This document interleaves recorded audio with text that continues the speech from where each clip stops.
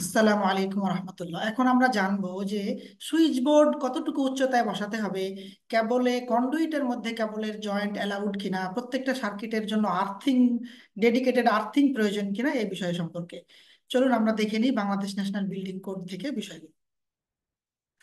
প্রথমে আমরা সুইচ বোর্ডের উচ্চতা সম্পর্কে আলোচনা করব যে সুইচ বোর্ড কতটুকু উচ্চতায় বসাতে হবে। আবাসিক ভবনে সুইচ বোর্ড যে উচ্চতায় বসবে সেগুলো হচ্ছে লাইট ও ফ্যানের switch board normally floor level থেকে 1200 উচ্চতায় বসবে।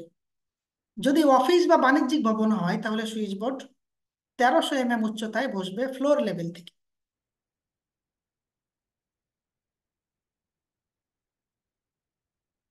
পিভিসি কন্ডুইটের ভিতর কেবল জয়েন্ট, এই ব্যাপারে engineering code, Bangladesh national building code কি বলে? পিভিসি কন্ডুইট বা চ্যানেলের ভিতরে ইলেকট্রিক্যাল কেবল জয়েন্ট একেবারেই নিষিদ্ধ, এখানে করা যাবে না।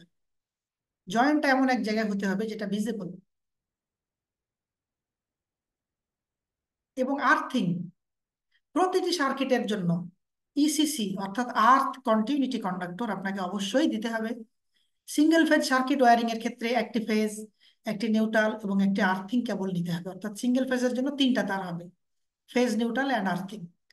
প্রতিটি সুইচ বোর্ডের যে মেটালিক পার্ট থাকে সেগুলোকে অবশ্যই ইসিসি কেবল দ্বারা টার্মিনেট করতে হবে। ইসিসি কেবল বিওএ কপারের হতে হবে। ইসিসি কেবলের কালার কোড ইয়েলো, গ্রিন অথবা গ্রিন বায়ো কালারের নিতে হবে।